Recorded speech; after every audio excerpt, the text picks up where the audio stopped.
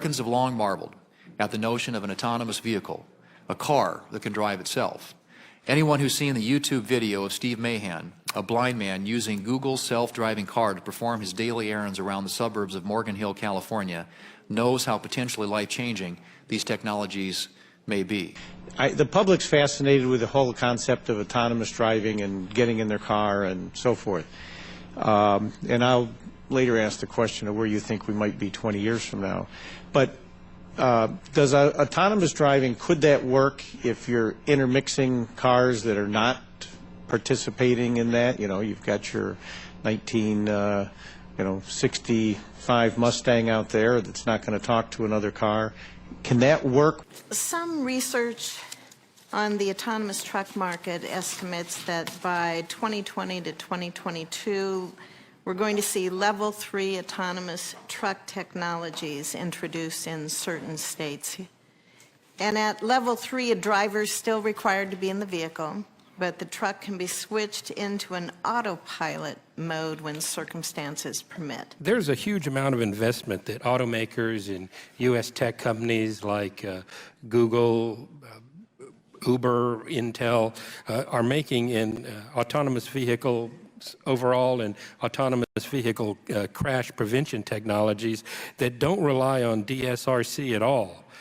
What, if any, steps is NHTSA taking to support this type of innovation, which is one of the reasons the U.S. leads globally in intelligent transportation systems? We have issues of moral authority that are going to have to be determined.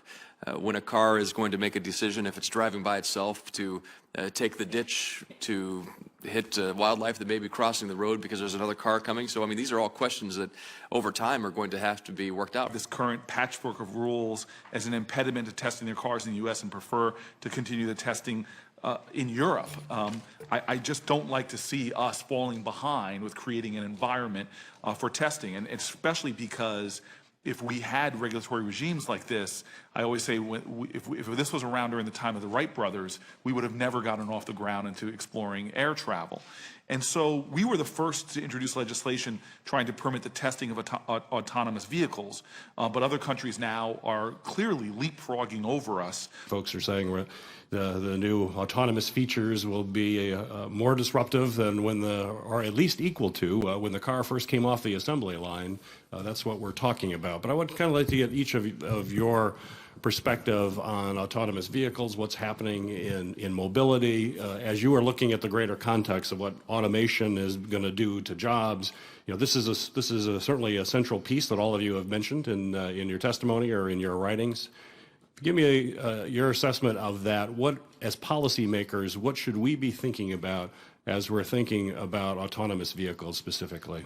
Both the tech industry and the automotive industry have been working towards fully automated vehicles for years now, but many consumers remain unaware of the technology and its potential to decrease fatalities, improve mobility for seniors and the disabled, and improve daily life for Americans. Autonomous vehicles have incredible potential to change so much more than just cars. These technologies give us a way to think about mobility. It has the potential to expand access to seniors, Americans with disabilities, and so many more who may not be able to drive today. Today's hearing continues our subcommittee series on autonomous vehicles. In last month's hearing, several of our witnesses referenced different levels of automation, and today we will better define those levels, and we will also ask about the effectiveness of existing safety technologies. Self-driving cars are a part of a long-term vision to minimize accidents due to human error. Autonomous vehicles are just computers without drivers. That's all they are. And as we move to the future, we then have to ensure that we are going to build in all of the human values that we want to see built into these new computers. I love the fact that the U.S. has always had the most innovative and the strongest auto industry in the world. We should continue to support and grow our auto industry as autonomous vehicles become part of our present and our future. I believe that we can continue to lead by solving issues, for example, of cybersecurity and privacy, and by making sure that autonomous vehicles designed here are used here and around the world are the best when it comes to safety today and tomorrow and forever. With the advent of level 3, 4, and 5 technologies, I think we face a truly game-changing opportunity and associated challenges as well. You know, in my own lifetime, there's been few technologies with more potential to improve the mobility and independence for individuals with disabilities than autonomous vehicles. It would be freeing for those with visual impairments, for those that are unable to drive, to be able to actually leave their homes and gain mobility. Clearly, the potential to greatly reduce the 30,000 annual roadway fatalities is also truly exciting. Have the potential to completely transform our sense of mobility and, as the chairman mentioned, to cut down, and as I experienced, on a lot of traffic accidents.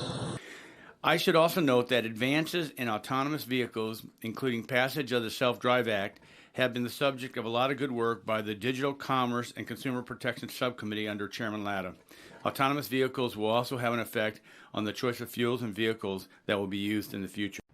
These autonomous vehicles are characterized by different levels, 1 through 5, where the car is fully automated with no role for the driver.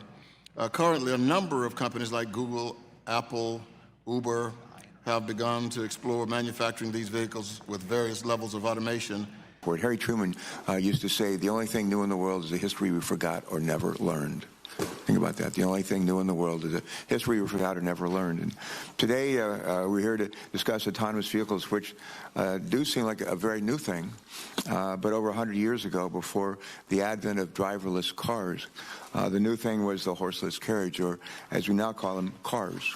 We see that the new technology may not only help us solve these excruciating congestion problems, but can help us save lives and innovate for safety. I'm an avid motorcyclist, and there's no question this will enhance the safety for motorcyclists. The number one reason for accidents is a car hitting a motorcyclist, pulling out in front. Situational awareness with these technologies will save lives of motorcyclists all across the country, as well as lives in auto accidents. This is, without question, probably the most transformative technology in the auto industry since the first car came off of the assembly line. And we know what happened at the beginning of the 1900s when that happened, and the transformational impacts throughout our economy and our society. That's what's going to happen with the deployment of self-driving cars. This committee has done good work on this issue over the years, and I would like to point out the vote in the House was unanimous last year, unanimous. Republicans and Democrats worked together. But we must, in 2020, get this over the line. If you're a safety advocate, you should want a bill to give NHTSA the authority to ensure these vehicles are safe. If you're an innovator, you need certainty to know what the rules of the road are. We've worked hard to find consensus over the last year, but now is the time for action. I beg my colleagues that we will do so, and I hope this hearing is the momentum for us getting it done. One of the things we're all concerned about is DOT, Department of Transportation, needs to modernize the Federal Motor Vehicle Safety Standards, FMVSS, to account for AVs. What can we do in the interim to help with funding and development to make sure that that technology, in fact, is born here in the U.S.?